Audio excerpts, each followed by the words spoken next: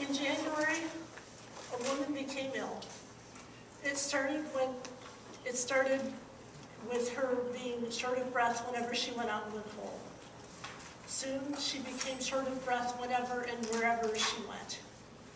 One Friday night at a bunco party, she became short of breath and coughed and had chest pains whenever she was even sitting down. Her friends were concerned and insisted she see a doctor. The next afternoon, a Saturday afternoon, she finally went to the Beaumont ER. After several tests, the doctor on call matter-of-factly told her that she had pulmonary embolisms, blood clots in her lungs. According to the Mayo Clinic, about 1/3 of people with undiagnosed and untreated pulmonary embolisms do not survive. But mine were treated and diagnosed, and I did survive. Mr. Toastmaster and my fellow Toastmasters and our honored guests, of course, I was that woman.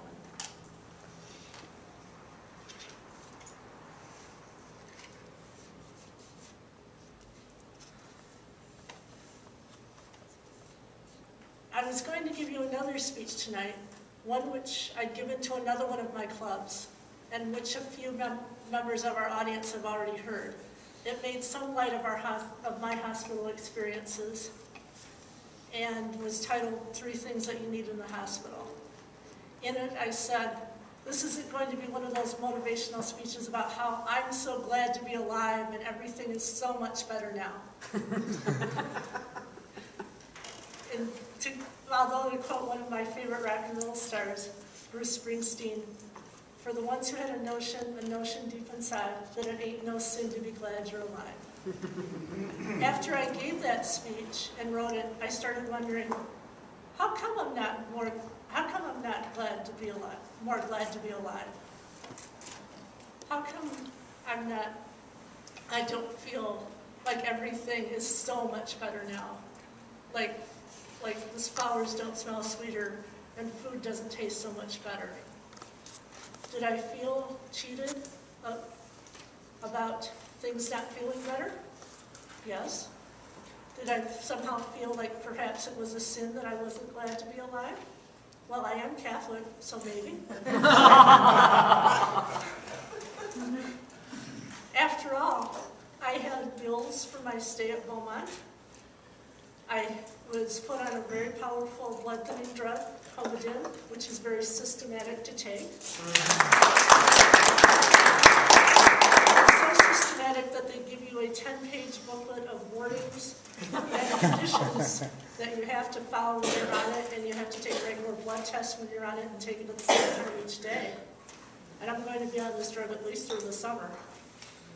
And my internist wants me to see a dizzying array of specialists to both improve my health and find out what, if anything, caused these clots. So my bills for lab tests, doctor bills, and drugs are piling up fast. And also, I thought after a long period of unemployment and underemployment, I thought I'd found the perfect new job back in March, but in early April, my new employer and I unfortunately parted ways, and that wasn't an April Fool's joke. However, at the beginning of springtime, as an area governor myself in another Toastmasters division, I started attending international speech contests, as Dolores and our president explained. These contests usually feature very positive, uplifting speeches about life and overcoming obstacles and motivation. So after hearing many of these speeches, I found myself in a church in Detroit one April weekend thinking, you know, maybe I am glad to be alive. Sure, I had bills. Yes, I was in between jobs again. However, I was positive that as someone known for giving rather humorous speeches, I would not enter an international speech contest next year myself, because I was fairly sure my life would, I could not give a motivational, serious speech if my life depended on it. However, As John Lennon was known for saying, life happens when you're busy making other plans. One of my other plans this spring was to decorate and spring clean my apartment, which sorely needed it. It was in with the old, or out with the old and in with the new. I donated old things, clothes, books, other things that were in the way, to various charities. I made trips to Target, the Dollar Store, Lowe's and Home Depot, and IKEA to buy decorating and home furnishing items. With my new picture frames, I hung pictures of my family, vacations, and my Toastmasters Advanced Communicative Bronze Certificate on my living room wall. The pictures of my family reminded me of how much they mean to me, and the Toastmasters certificate and the speeches I'd heard reminded me of how proud I am to be a Toastmaster.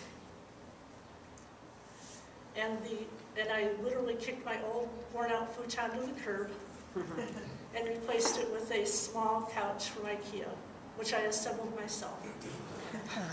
It might not be that much, but I'm proud of assembling it myself, and it takes up a perfect space in my apartment. I even wrote this speech on it. And I'm also glad to have Toastmasters as my friends. And I even have other friends who aren't Toastmasters, who I've had for a long time and who I'm very proud to have as friends, both Toastmasters and non-Toastmasters. Meals with them are sweeter now, even if the food is the same old food from Coney Islands or Denny's or the bar. And the flowers are out now that it's spring. And they look more beautiful than ever to me now. And yes, I am glad to be alive. Mr. Toastmaster.